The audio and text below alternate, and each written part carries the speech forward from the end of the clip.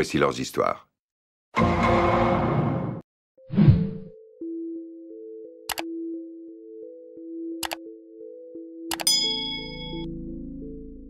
L'affaire du drame familial qui s'est déroulé dans la maison de Montvernon durant une période particulière. Cette période de l'année est marquée par la fête d'Halloween. Les Celtes célébraient la fête de Samin, le dieu de la mort, fin octobre. Ils pensaient qu'au cours de cette nuit, les frontières entre le monde des morts et celui des vivants étaient ouvertes, et ils revêtaient ainsi des costumes effrayants pour éloigner les mauvais esprits. Dans cette histoire, les meurtriers n'ont pas eu besoin de porter de costumes pour ressembler à des monstres. Le drame se passe en octobre 2009 dans un petit village du New Hampshire. Dans une petite maison isolée en plein milieu des feuilles d'automne au Mont Vernon vont faire irruption 4 adolescents qui vont entrer par effraction, guidés par leurs fantasmes diaboliques.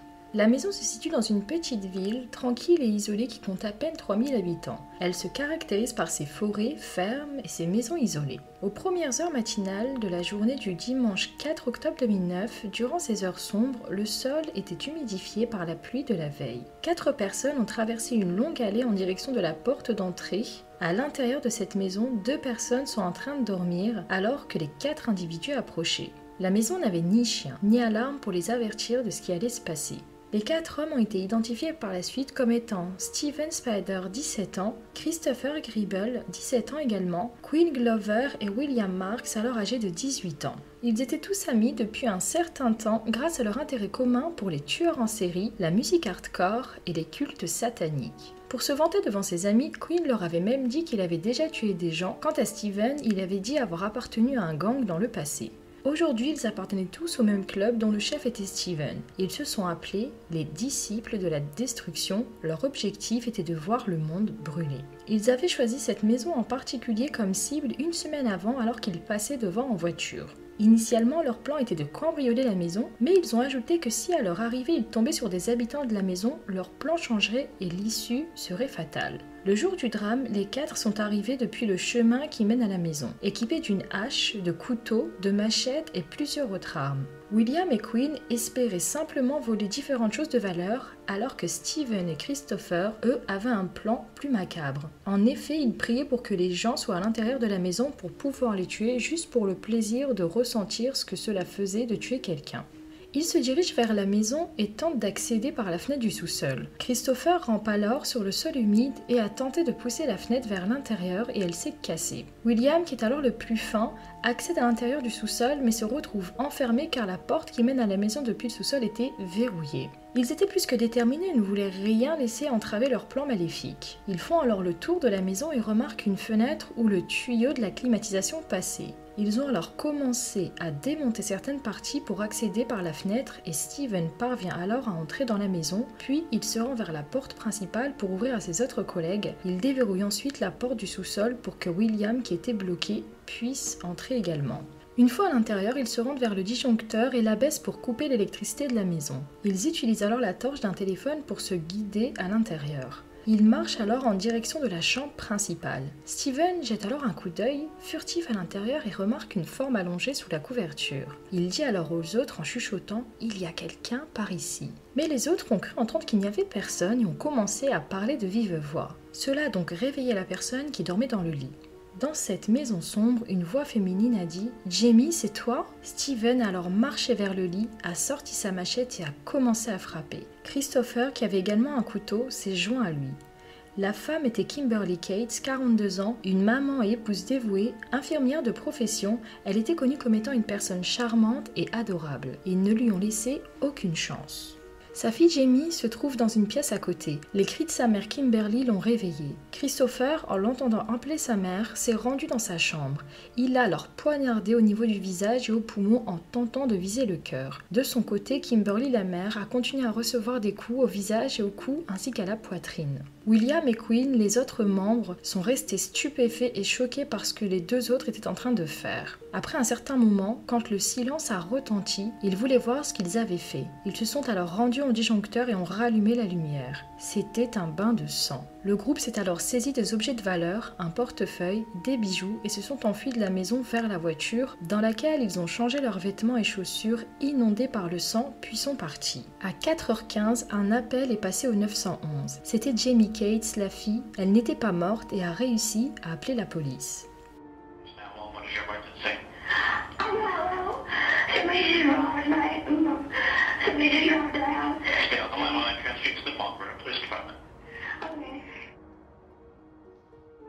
La police est arrivée sur les lieux en peu de temps. Jamie au téléphone leur a dit qu'il s'agissait d'une entrée par effraction et d'un vol. La police ne s'attendait pas à cela une fois sur place. Ils ont retrouvé un bain de sang, pire qu'un film d'horreur. Jamie était couverte de sang et de lacérations, sa mâchoire avait été fracturée. Kimberly, la mère, était toujours dans le lit, méconnaissable. Le sergent qui est intervenu la nuit du drame dira durant le procès « J'ai trouvé Jamie Cates, 11 ans, elle était allongée sur le sol, elle était couverte de sang. Elle avait des blessures graves et un traumatisme majeur. Je me suis approchée d'elle et je lui ai dit que j'étais policier et que j'étais là pour l'aider. Jamie lui a alors murmuré qu'elle pensait que sa mère était morte. » Les ambulanciers et enquêteurs n'étaient pas préparés à tomber sur cette scène de crime. David Cates, le père, était en voyage d'affaires et en dehors de la ville cette nuit-là. De leur côté, les 4 hommes à l'origine du drame étaient occupés à faire diversion pour brouiller les pistes. Ils se sont ensuite rendus au domicile d'un autre ami vers 5h30 du matin, un certain Odom Savoie, pour qu'il soit leur alibi pour la nuit, en faisant croire qu'ils avaient passé la nuit tous ensemble chez lui. Les 4 hommes se sont alors empressés de raconter d'où ils venaient et ce qu'ils avaient fait pour se vanter. Ils décrivaient la scène avec tous les détails. Ils lui ont même montré le sac rempli de vêtements et les armes ensanglantées utilisées. Initialement, il voulait tout brûler dans le jardin d'Odom, mais il a refusé. Il a lui-même décidé de prendre le sac et de le jeter dans la rivière de Nashua. En se débarrassant des preuves, il se rend bêtement complice du crime auquel il n'a même pas participé. Alors qu'il pensait que le sac allait couler, une fois sur l'eau, le sac a commencé à flotter dans la rivière. Le reste du groupe est allé se restaurer, puis ils ont tenté de revendre les objets volés. Alors qu'ils étaient au centre commercial, ils se sont fait contrôler car ils se conduisaient bizarrement. Toutefois, après le contrôle, la police les laisse partir. Steven et Christopher se sont alors rendus chez un autre ami, Kyle, et ils reproduisent la même erreur que chez le précédent ami et confessent leur crime en se vantant de ce qu'ils venaient de faire et en donnant tous les détails. Après leur départ, Kyle s'est connecté et a vu plusieurs médias parler du crime horrible de Kimberly et Jamie la nuit dernière et décide d'en aviser sa mère qui contacte immédiatement la police. Le paradoxe dans cette histoire est qu'ils se sont pliés en 4 pour dissimuler leur crime en se débarrassant des preuves qu'ils ont nettoyées avec de la javel et en parallèle en parlent à tout le monde. Dans leur dernière confession, ils se rendent compte de leur erreur et décident de ne plus raconter l'histoire à personne. Mais il est déjà trop tard. Ils rentrent chez eux et font des recherches sur le crime horrible qu'ils viennent de commettre. Ils apprennent que la mère est morte, mais que la deuxième victime a survécu. Au même moment, la police avisée par Kyle et sa mère interpelle les 5 individus. Odom s'est tout de suite mis à table et dit avoir simplement servi d'alibi. Steven dit ne pas savoir qui a agressé les victimes mais pense que celui qui a fait ça est un malade et qui devrait être condamné directement à la peine capitale sans jugement. Il a ensuite demandé la présence d'un avocat. Christopher a dans un premier temps tout nié. Puis, le jeune garçon a demandé au policier de sortir le magnétophone car il allait tout confesser. Il dira entre autres que lui et Steven sont des sociopathes et qu'ils voulaient tuer depuis longtemps. Okay, today is October 5th, 2009. The time is approximately 18:45. With me is Christopher Gribble. Is it true that you've come to me and you told me you'd like to talk again? Yes, I would. Okay. Steve and I are very similar. Steve and Spader. Both of us grew up with problems in our families. Technically, we're both sociopaths. Legally, by neuropsychologists' declaration. I do not use that as an excuse, I just thought I'd let you know. No, that's important facts to know. He said, yeah, we're just going to go in there, grab some stuff, if anybody's there, we're going to kill them, have some fun. I agreed. The mom sat up in the bed, started asking who was there, what was going on, tried to turn on the lamp and it didn't turn on. Yep. When she did that, Steve started hacking at the bed with a machete. I was controlled, but I didn't really feel much of anything. Yeah, okay. I thought I would, but I didn't. Quinn had the good sense to go turn the breakers back on and the lights went on. Yeah. The mom was obviously not going to make it. The girl I was pretty sure wasn't going to. She was completely out. There was blood all over the place. Les éléments les plus choquants de sa confession est sa déception après l'attaque car il n'a pas ressenti l'excitation qu'il pensait ressentir après le meurtre. Et la seconde est que contrairement à Steven qui a achevé la mère, lui n'a pas réussi son meurtre car Jamie a survécu à son attaque. Une vidéo est tournée par un journaliste près de la rivière où Autumn s'est débarrassé des preuves liées au meurtre de Montvernon. Il dira qu'il l'a fait car ses amis lui ont demandé. La police réussit à récupérer le sac avec le t-shirt ensanglanté de Steven et des chaussettes avec ses initiales dessus. Quinn s'est tenu à l'histoire de l'alibi et a fait appel à un avocat. William a dit être impliqué dans le cambriolage mais pas au meurtre. Steven et Christopher ont été accusés de complot de meurtre au premier degré en vue de commettre un meurtre, falsification de preuves. Ils étaient détenus directement sans caution dans l'attente de leur procès.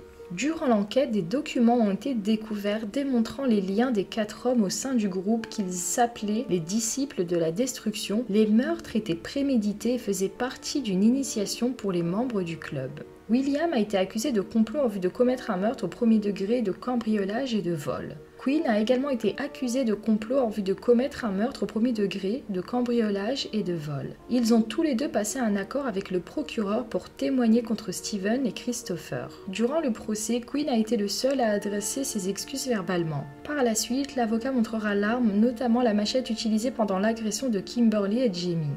Steven a été jugé en novembre 2010, il a plaidé non coupable. Durant le procès, il reste impassible. Il plaisantera même avec son avocat en parlant des jurys qui pourraient lui chanter son anniversaire. On apprendra pendant son enfance qu'il a eu 2 passages en hôpital psychiatrique, il était diagnostiqué dépressif et un trouble bipolaire. Il a été viré de l'école, la police était déjà intervenue 2 fois à son domicile après une dispute avec ses parents. Quinn désigne Steven l'accusé à droite de la table avec le costume bleu.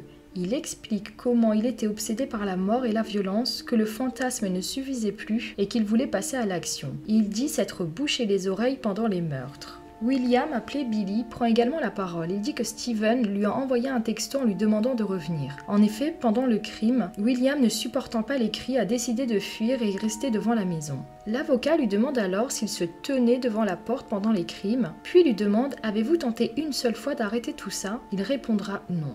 Steven, quant à lui, s'est vanté des crimes en prison et a écrit des poèmes à ce sujet. Il a été reconnu coupable de meurtre sans libération conditionnelle. Jamie, âgée maintenant de 14 ans, s'est rendue au procès et s'est assise au premier rang avec son père. Steven a juste fait lire une lettre d'excuse à son avocat, la défense a trouvé cela insultant. Christopher, quant à lui, pensait jouer sur la folie. Il a dit à sa première audience qu'il avait une personnalité antisociale, qu'il prenait du Prozac, mais qu'il avait arrêté son traitement au moment du crime. Il a aussi fait part du fait qu'il avait été maltraité étant jeune afin de réduire sa responsabilité. Sa thérapeute, qui a pris la parole durant le procès, a dit qu'il n'avait aucun problème mental. Un témoin en prison a dit qu'il avait dit qu'il pensait qu'il allait à peine prendre 6 ans en plaidant la folie. Le père a pris la parole, il évoque les dernières pensées de sa femme en disant avant de mourir, elle a eu le temps d'entendre sa fille crier, ce qui est le pire des supplices pour une mère. La procureure prend la parole et les condamne à la peine maximale. Christopher a écopé de la perpétuité sans libération conditionnelle. Autumn a plaidé coupable de dissimulation de preuves et a été condamné entre 5 et 12 ans. Il a été libéré sous parole en 2015. Steven et Christopher ont tous deux été condamnés à la prison en perpétuité. Les 2 autres complices, William Marks et Quinn Clover, ont été condamnés respectivement à 30 à 60 ans de prison et Quinn à 20 à 40 ans de prison. Une bourse commémorative au nom de Kimberly a été décernée aux lycéens. Jamie, quant à elle, a été une bonne élève et a intégré le monde médical. Elle dit vivre chaque jour comme si c'était le dernier.